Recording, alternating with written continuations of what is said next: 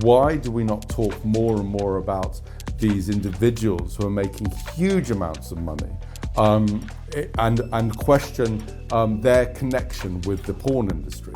So many emotions are being mediated through the digital framing. Our shopping is, our political content, our social engagement, and now our sex lives are very much involved in that algorithmic desire. I spend most of my time writing about human rights abuses and conflicts and detention centres, etc. But I thought, look, this is having a real impact on society. And at the back of it, people are making billions of pounds. My name's Iain Overton. I have been an investigative journalist and a human rights reporter for around 30 years. I currently run a charity that specifically investigates armed violence and conflict. But I'm interested in really the wider intersection between profits and human rights abuses.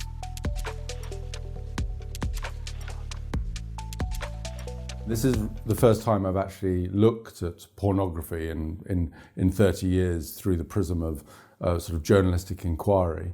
And I kind of did so because I felt that there was a major absence of framing pornography as a potential human rights abuse. And certainly male journalists are very reticent to write about pornography for a whole variety of reasons. I think there's the sort of sniggering at the water cooler moment where people are going, oh, he's looking at porn. But in this investigation, there was no pornography actually looked at. I was very much focused on things like company accounts, the mechanisms of dissemination of pornography, who was profiting from some of the world's biggest pornography websites, and looking at academic research into the long-term effects of pornography societally on women and on gender rights. So it was quite a kind of an academic or a purist approach towards analysing pornography without really touching on porn.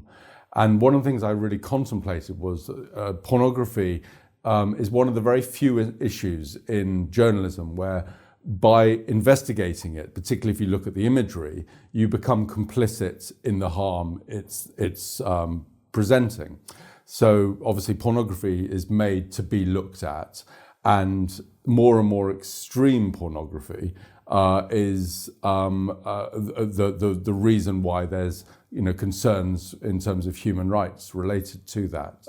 It's a bit like climate change. It's like reporting on climate change, flying all the way to the Amazon to look at forests destroyed by CO2 emissions, but in your flight there, you're partly complicit. And one of the fundamental problems of a lot of people investigating pornography is in order to alight on harm in porn, you would have to watch hundreds and hundreds of hours of pornography. Now, I really wasn't willing to do that. But what I wanted to do was look at things like the company house accounts, the infrastructural setup, and the consequences of some of the immense profits being made in the pornography world.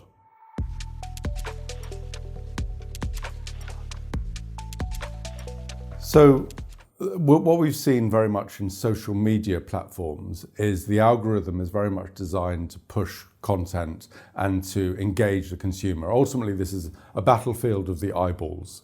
The more you will spend time on a certain channel, the more you'll make money for that channel.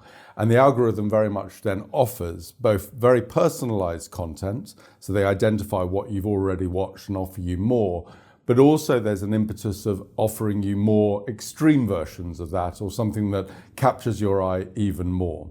Now, in pornography, the great suspicion is that pornography begins with just witnessing something quite vanilla and then escalates in terms of the offering to you. So say, well, maybe you'll be interested in choking sex, or maybe you're interested in daddy-daughter sex, or maybe you're interested in something that's very gynecological and rather obscene. I'm not coming at this from an investigative perspective saying that pornography or witnessing anyone having a sex act is inherently wrong. But ultimately, if the algorithm is getting more and more young men and middle-aged men as well, but more and more men looking at more and more extreme content, then you have to contemplate, A, what are the models or the actresses or the porn stars doing to themselves to make that content, and how much are they having to debase themselves for the online viewership? And secondly, what does that do in terms of a throwback to us as consumers, generally as consumers? And there's certainly been quite substantive evidence in terms of academics looking at how young men today are far more likely to initiate violent sex, that increasingly young women are going out on dates and finding if they sleep with a man on the first date, the man wants to do things that they may have witnessed in a video that would not normally have been 20, 30 years ago part of foreplay or whatever.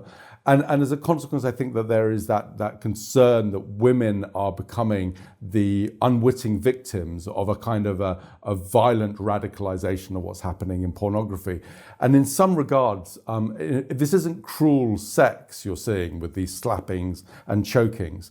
This is the sexualization of cruelty. And I think that has a real concern of a cascade into wider society. And we're reading a great deal about disenfranchisement in relationships, about people not being able to connect on profound levels, about women suffering humiliations in the bedroom, about a general failure of feminism in the 21st century. And I think a lot of this is aligned towards this deluge in a time when no other epoch of history has ever witnessed this amount of visceral sexual acts online, so easily obtained, with even children being able to witness pornography. And so this is just a contemplative piece from a male journalist asking, what is this doing to society at large? And most importantly, who is profiting from this new era of the age of the digital flesh trade?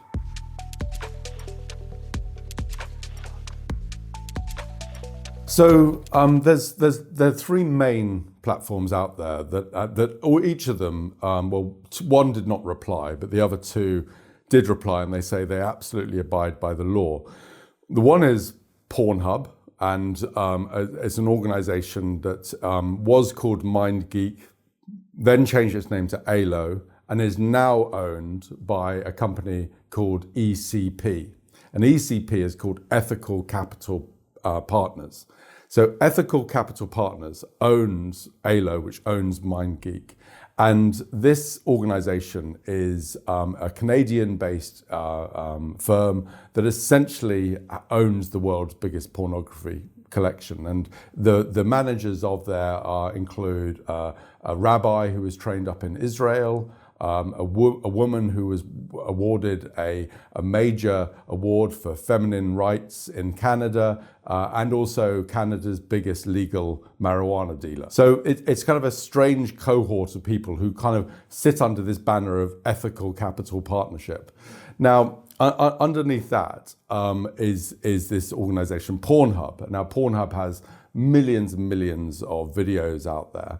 And ALO and ECP claim that there is incredibly small amounts of illegal content online. They say it's like 0.00002%. Now, the question is how do they know? I mean, so I significantly question whether they have the capacity to be viewing every single uploaded pornography to make sure that there isn't porn. Reuters and other big media outlets have done investigations into some of the world's biggest pornography websites, and they've shown repeatedly that there are underage women being exploited on these sites, and as well as extreme sex acts. Now, Pornhub may be able to claim it's on the right side of the law, but there are fundamental questions as to why some of the most popular films on Pornhub are things like, daddy-daughter sex and incest films, which seem to be incredibly popular. And to me, it's not just a question about illegality. It's also a question about at what point is the entire well contaminated with extreme and violent videos that ultimately debase women repeatedly? And how is that beneficial to society? But underpinning all of this are the immense profits coming from this. Now, we don't know how much money Pornhub, for instance, makes because it's not a publicly listed company. But we do have an indication that the profit margins are immense. We're talking hundreds of millions of dollars. And that money is not cascading down into the people whose videos are being witnessed. It's kept within a relatively tight confine. And another example of this is a company called OnlyFans. And OnlyFans is this relatively unique platform where the content providers get 80% of the revenue. But nonetheless, Leonard Radvinsky, the owner of OnlyFans, last year made something in the region of £450 million profit just for his work. And to me, this is a kind of a digital baron in an age which we've never really seen this level of profiting before. And so the question is why do we not talk more and more about these individuals who are making huge amounts of money and question their connection with the porn industry? And to some degree, there's been this curious sanitization that has occurred. If you look at the company accounts of OnlyFans or the company accounts of ECP or Pornhub, the language that they use is incredibly anodyne. They talk in the language of business. Pornography is never mentioned as a kind of a point in their online accounting. And ultimately, they act as if they're this, they could be selling anything. They could be selling biscuits or shampoo.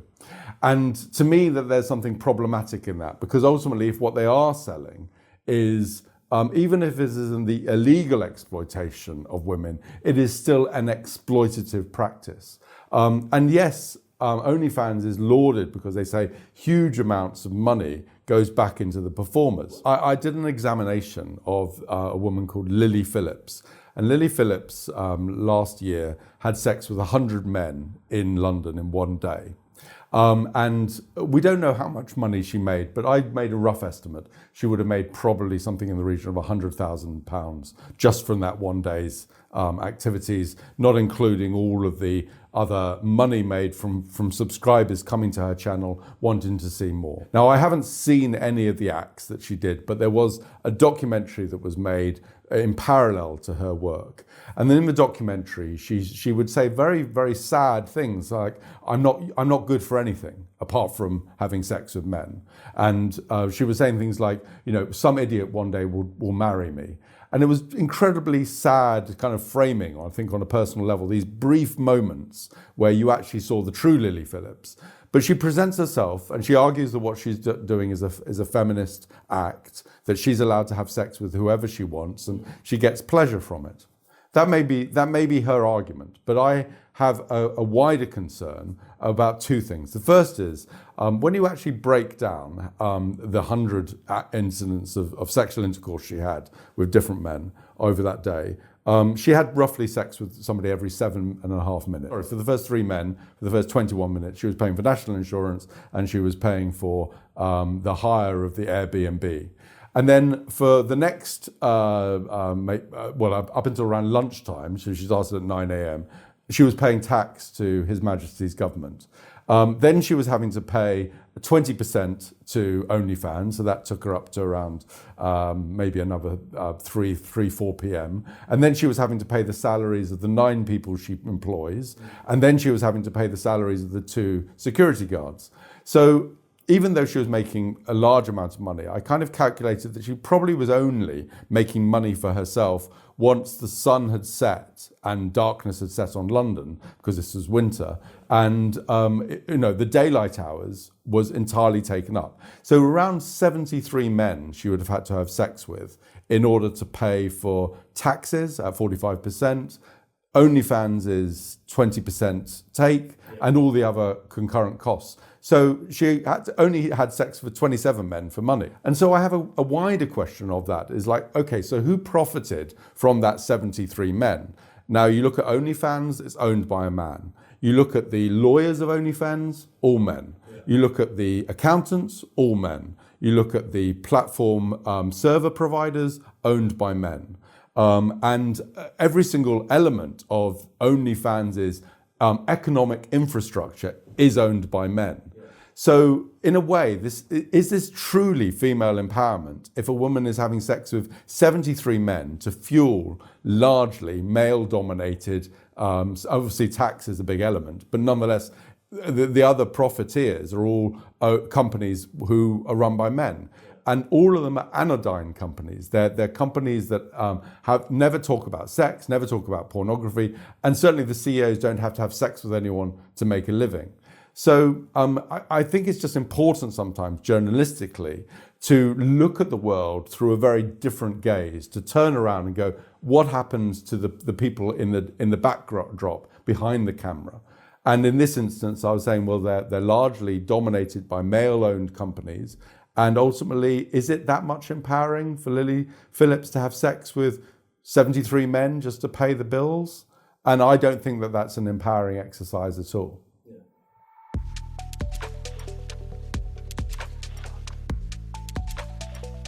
So I think I've got three observations on that. The first is absolutely that there is this sort of snowball effect of greater and greater desire. It's a bit like gambling. You're always looking for the next hit.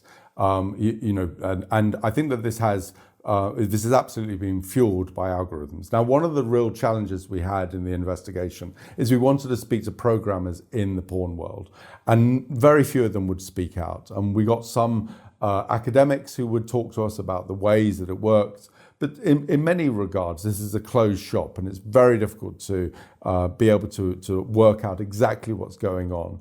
And they're not transparent with their dealings. But when you look at the legal lettering that things like OnlyFans and Pornhub put up on their websites, they absolutely tell you about they're capturing the data from you on algorithms. They're working out what your past viewing history is. They're offering you personalized content, and they want you to be offered even more content, the things which will be the recommended content. Now, in that recommendation, there is this, on the first, a notion that, and this is the inherent nature of sexual desire, is once that desire is sated, you often want to go to the next stage and see what else can be sated in a new way. So the engagement is always offering you new and potentially more extreme content. And this is filing back into the women who are doing this. So Lily Phillips, for instance, who had sex with 100 men in a day, said in this documentary on her activities that she was looking for more and more extreme things to do. And that is your unique selling point. And it's well established in the pornography world that as a young actress, you maybe join in, you might get 2 or 3 films doing conventional sex, and then you're being asked to do more and more extreme activities. And it's those extreme activities that I think have 2 profound impacts. The first is they throw back into the consumer. So you might have a middle-aged man, for instance, whose wife has just given birth, and he's looking at pornography, and he's looking at all these 18-year-olds doing like even more extreme things. And then he's going back to his wife, who may not be 18 anymore, and the whole consequences of the natural decline of desire in marriage may be made even more rapid by his looking at pornography. And I don't think there's enough commentary in the public sphere about what men are doing to ourselves by looking at pornography. And then what's happening in terms of the women, in not only within pornography, but women at large, are also, and this has been reasonably well documented, the recipients of more and more extreme violent sex, more and more extreme practices outside, in the bedroom, where men are taking the manufactured desires of the content being presented and then offering it up. But ultimately, the third issue is a kind of a wider contemplation, is that we're living in an age digitally, where so many emotions are being mediated through the digital framing. Our shopping is, our political content, our social engagements, and now our sex lives are very much involved in that algorithmic desire. And as AI develops and we're being offered more and more personalized content, and we may be getting even AI pornography being created where there are no physical actresses, but it's just somebody who it's an imagination. My concern is that this will deaden our hearts. You're already getting reports of people endlessly scrolling through their dating apps and never really connecting with anyone. You're getting reports of loneliness endemic in communities and young people, and you're getting reports of real frustration of women saying, I can't find a decent boyfriend to settle down with, because the boyfriend in a way is using the algorithmic version of pornography. There's always another beautiful blonde on the next video to look at. They're applying that in their dating life as well. I can look at something else. So not many journalists have tried to contemplate this, and very, very few male journalists have. This has been a bit of a risk for me, because I never ever thought that I'd write about pornography, because I spend most of my time writing about human rights abuses and conflicts and detention centres, etc. But I thought, look, this is having a real impact on society. And at the back of it, people are making billions of pounds. And so this deserves to be examined through a critical eye, which is what I think Byline Time offers. With alcohol and gambling, essentially you're hurting yourself and an individual is profiting. I think with pornography, you're hurting the actress who is being forced to undergo degrading sex acts. You're potentially hurting, if you have a partner, them, because you're viewing them differently, because you've been, you become more critical of their body because you're seeing body perfect on video after video after video. And I think ultimately you're harming, and I think from a male perspective, we're harming our relationship with women in general, because I think we begin to reinforce the idea of women as commodity, women as object. And I think that some of the opportunities that we had in the 70s, 80s and 90s about sort of an alignment with proper feminism are being eroded. And I also think that pornography is influencing our own sense of sexual desire, sexual identity, sexual expectations. All of these things are being radically transformed in ways that we don't know the outcome ultimately of. But when you speak to a lot of women about this, and if you go onto websites like Mumsnet, there is a great concern, not just of their husbands or their partners looking at pornography, but their sons looking at pornography too. And I think increasingly we're not having a proper debate as men about how our sons may be consuming pornography, and it's the hardest conversation to have. But certainly the images of naked women that I saw when I was in my teens was probably largely on the walls of the National Gallery. I mean, access to pornography was very limited. But now it's unfettered. And I don't think we necessarily have had a grown-up debate about this. And one of my critiques is that investigative journalists and male journalists and human rights journalists haven't dipped their toe into this area. And it's largely been the domain of feminist critical scholars and feminist investigative journalists who have looked at it. But I don't understand why men aren't involved in this debate, given that we're the great consumers.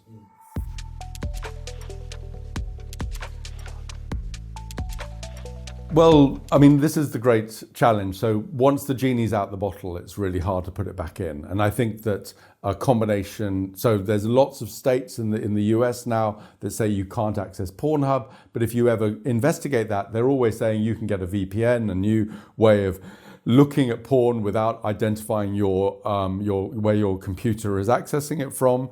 You can go on the dark web and access pornography via there. So I don't think that these systems really are ever going to truly work. I think there is a kind of closing the stable door after the horse is bolted. I think that there possibly could be more punitive taxes to these companies. There could be absolute restrictions that you can't access content made in, for instance, Russia or somewhere where there's absolutely no controls.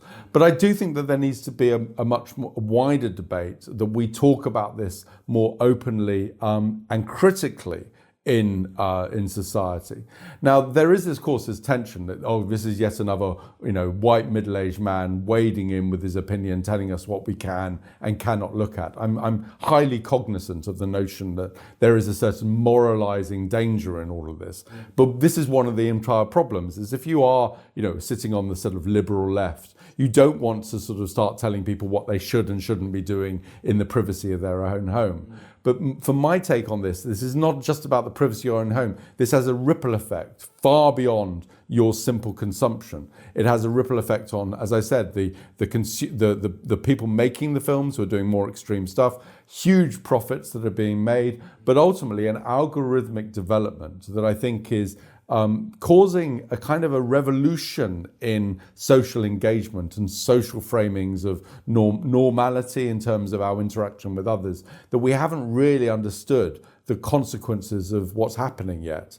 And I think this is me touching into this area going, there is something dark and foreboding, and maybe government is unable to contain this. Maybe the only way is for men to take action and say, you know what, why don't I gamble? Why do I not go down and gamble all the time? Because I know it's not good for me. Why do I not eat a full fat cheeseburger every single lunchtime? Because I know I'll have a heart attack. Simultaneously, maybe we should also, as men, be asking ourselves, maybe I shouldn't be looking at pornography on a regular basis, because maybe actually is as harmful as those other things, but we don't see it because we haven't really been challenged about that yet.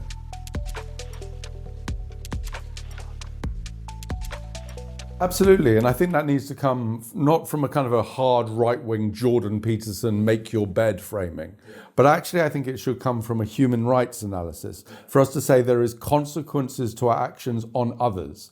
We need to root our own behaviour in a notion of humane empathy, that even with somebody saying, oh, I'm very happy to have sex with 100 people, maybe we should say, why did you get to that place that you're even contemplating this as being something you need to be public about? Why and who fueled that? Men's desires fueled that. And who is profiting from that? Men.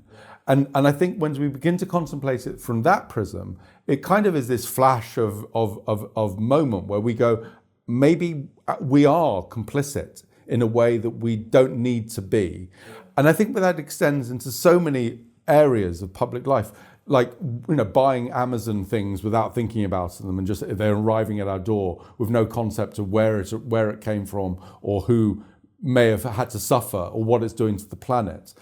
I think that we do need to be much more conscious, much more contemplative, and ultimately realizing that our actions combine to a much wider societal impact that can have reverberations far beyond our knowing.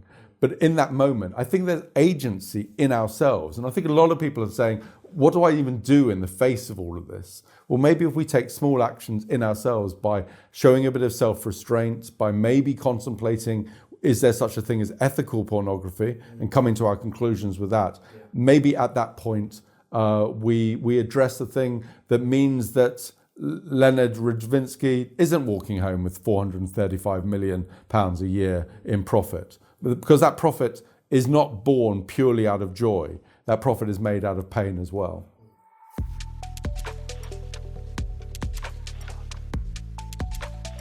So there's ECP, Ethical Capital Partners, there's OnlyFans, and then there's a Czech company that is run by somebody called Mr. Paco, and that's very, very shadowy. But those three pretty much own the entire porn landscape. So there has been this massive sort of centralization and conglomeration. So if you look at Pornhub's portfolio or ECP's portfolio, it has a very wide remit, and I'm sure that lots and lots of the videos are reproduced across that.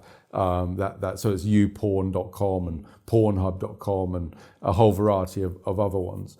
And so we have seen it's a bit like the big entertainment companies. They've all come under one umbrella. There've been lots of buyouts. Now there's very little out there in terms of explicit transparency for how much money Pornhub is making. So that could be one call, that these companies should be forced to be more explicit. Maybe there could be a porn tax. that these companies get taxed even more than they have, and some of that money goes back into treatment for victim survivors or compensations. And there's very little transparency over how they manage to monitor things like revenge porn, for instance. It strikes me that revenge porn is very much the consequence of the person who the revenge has occurred to. Some angry boyfriend has uploaded an ex-girlfriend's images, and now she's humiliated, and it's a form of terrible abuse. But it's now on the woman has to go and get it taken off. There's no system in place that actually they could be preempted. And finally, we don't know where it's going to go with AI. Now, it's very, very interesting and difficult territory around this is that what would constitute somebody taking the face of an ex-girlfriend and putting it on a model, and then that model doing, that AI model, performing sexual acts. That territory is rapidly evolving. We don't know the consequences of paedophilia in the AI world, and all of these areas that where it's not real people, and therefore does the law apply? So I think that profiting will occur out of that as well. So I think we need to be more vigilant about the world of profits of these companies. And most importantly, I think investigative journalists and papers like Byline Times, should be looking at this with a serious question mark. I think before there's always been this titillation, like, oh, it's just porn, why would you be reporting on that? But I think now it has entered the mainstream, and the profits are so great that journalists should be scrutinizing them with as much critique as we scrutinize arms companies or large manufacturing bases.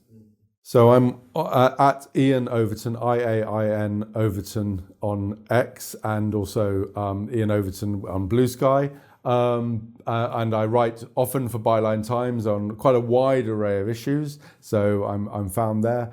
And I hope that this is a calling to other male journalists to begin to be critical about the actions of men in the modern world, particularly when it comes to sex, because I think hitherto this has very much been just female journalists writing about Pornhub and others. And hopefully, I'm treading new ground where male journalists have feared to tread before, and I hope more and more will report as I've done.